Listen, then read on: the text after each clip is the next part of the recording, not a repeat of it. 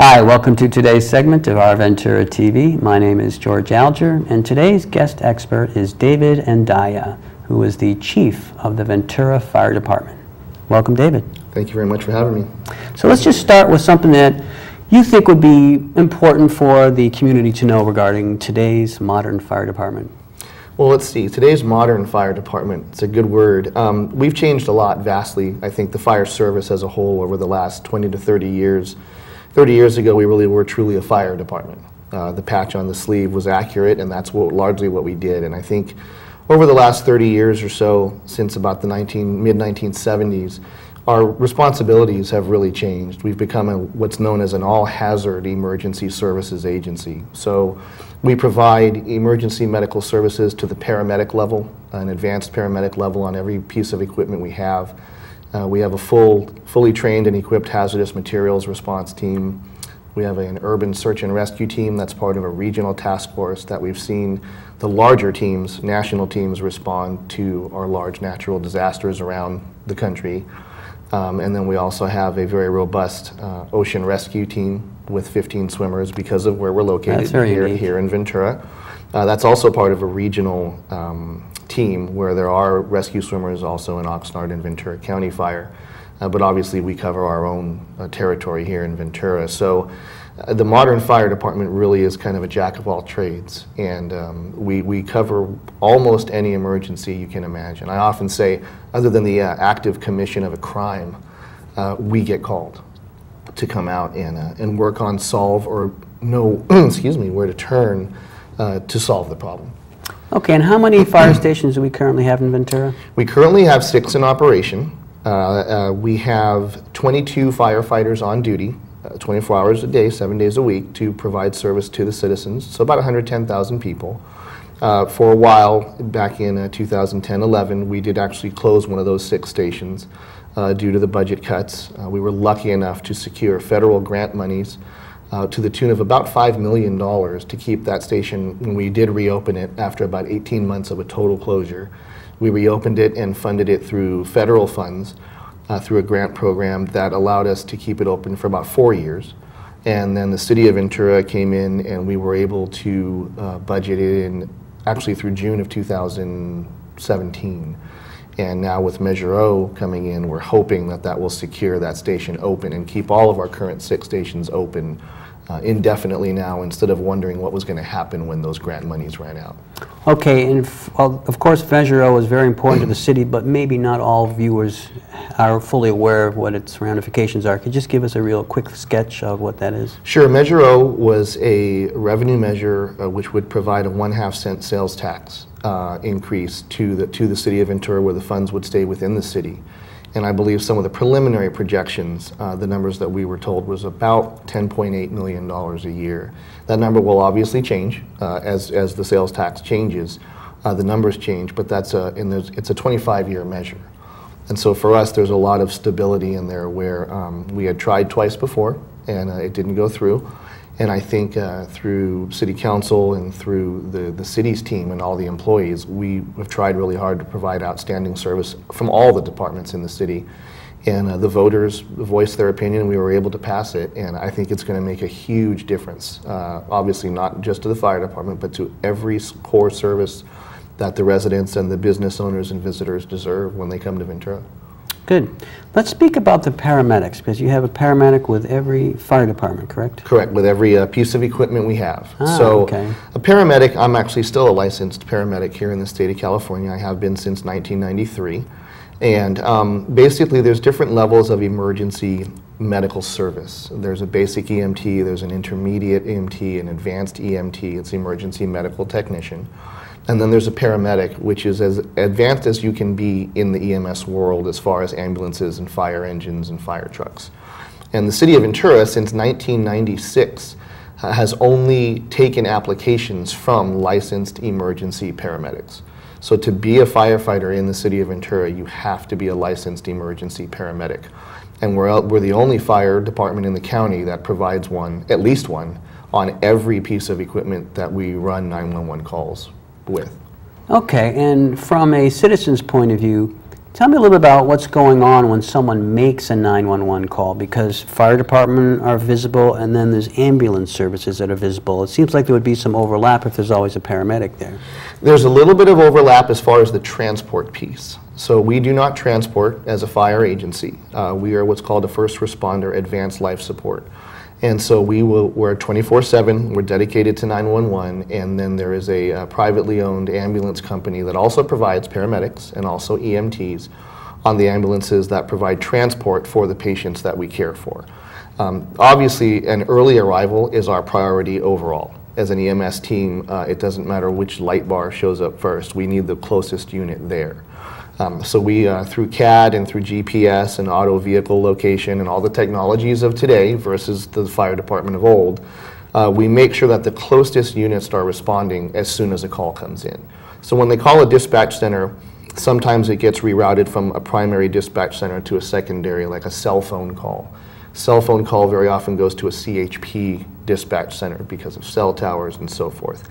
In very short order, it goes to what's our dispatch center. We have a regional dispatch center for all the fire and ambulance companies and fire departments in the county, and we get dispatched together. So essentially, sometimes people say, why the big fire truck when it's for a broken arm or for a cut on someone's head and an ambulance, and it seems like a lot. And there is a science to what we do. It's a very finite profession, and there's a lot required. There's a lot of regulations we follow through the local EMS agency. And so what happens is when you get the big fire truck, is everything on that fire truck necessary for that call? Absolutely not.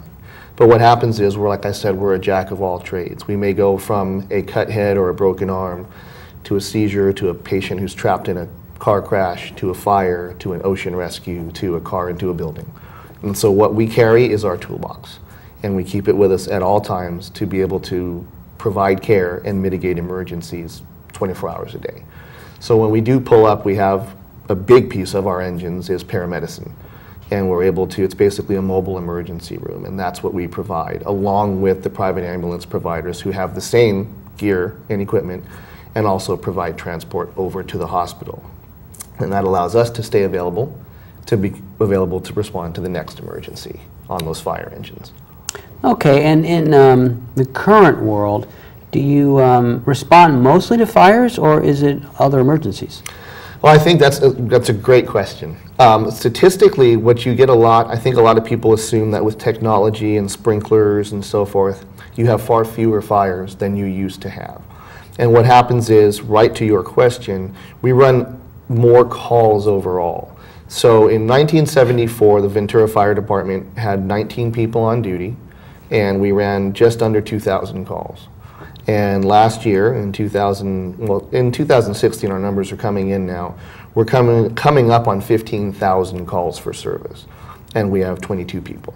So we have 3 more people than we did in 1974, and we're running, instead of 2,000, we're running 15,000 calls.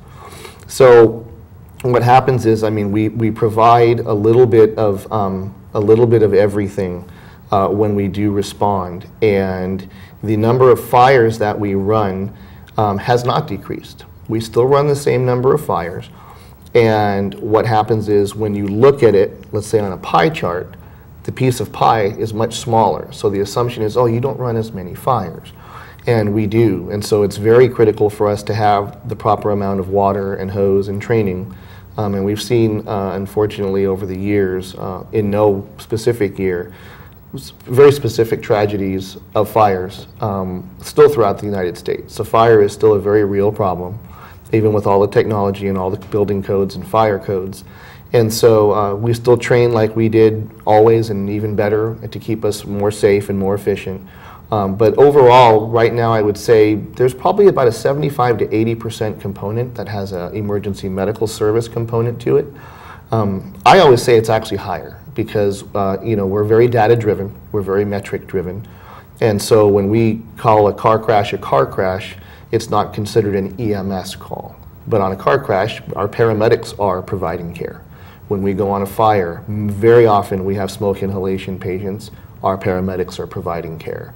So our paramedics really have a component to almost every call we go on, even if you look at our data and our metrics. So it is what we do. It's not necessarily a change, it is what we do. Okay. For those of us who are just curious about the fire department, could you give a brief overview of how it's determined what actually is going to be, what equipment is going to go out to a call? You know, I mean, how do you know if it's a big fire or a little fire? Or Absolutely. There are very standard response criteria at our dispatch center for, you can only imagine, hundreds of calls. We have computer-aided dispatch, and we have what's called emergency medical dispatch. And basically our 911 dispatchers have almost a cookbook in front of them.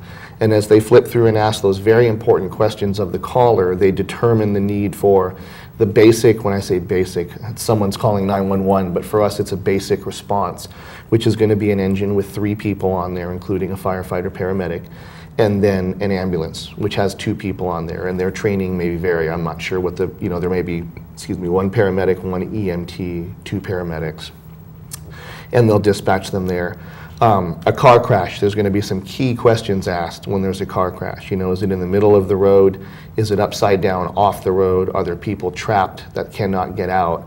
And so there's going to be a standard response to that as well. There may be 1 engine and 1 hook and ladder truck that has very specialized tools like the jaws of life to cut people out of those problems and out of those vehicles. A structure fire, as we know it, could be a residential structure fire, so someone's home is on fire, versus a commercial structure fire, which is a commercial building like where we are today. And that might get you 3 of the engines that have water and hose, 1 of the ladder trucks that has large ladders and chainsaws to cut holes in roofs to release the gases and the smoke. And then how do we know how to send more? We have criteria when our first in arriving fire captains, they're basically putting their eyes into words, and they will radio in exactly what they have and ask for more if they need more. Something else that our dispatchers are trained to do is, if you get 1 phone call into a 911 center that says something's on fire, in the middle of the day especially, you're a bit weary, but you send a full response. But if in the same 30-second period you get 40 phone calls saying something's on fire, there's a little more credibility that something is absolutely burning and we have a larger issue than we think. And we will actually send more units just based on that when many, many callers are coming in versus 1 call. Okay, cool. We're just about out of time. All right, is there a summating message you'd like to convey to the viewers? And of course, what's a website that people can go to for more information? More information is our city website. So it's City of Ventura, www.cityofventura.net. And you can also go to VenturaCityFire.com. So VenturaCityFire.com or cityofventura.net. And we're on there for more information and for all the services and a lot of educational stuff for our youth as well. Good. And is there a summating message you'd like to convey to the viewers? Sure. I think it's just we appreciate the community's support. The fire department always has huge support from the community, and we truly do appreciate that. What we don't do for thanks or for praise. We do it because we care about the community. And one message we would like to always get out there is truly what I call community risk reduction and emergency preparedness. And that is, we will always be there to respond quickly and efficiently with professional and competent folks. But we would love to put ourselves out of business and try and prevent these emergencies before they happen. So for information, they can go to our website, participate in Fire Prevention Month in October. We have a lot of information on there from riptides and how to prevent drownings, how to prevent fires at home, fire safety drills for children, fall prevention tips for our elderly and our seniors. That's what we would really enjoy, is to start preventing some of the things that we go to before they even happen. So we always implore the community to heed our warnings and our advice to try and take care of themselves before we have to take care of them. Thank you very much, David. Thank you so much for having me. This is George Alger signing off for this segment of Our Ventura TV. Until we meet again.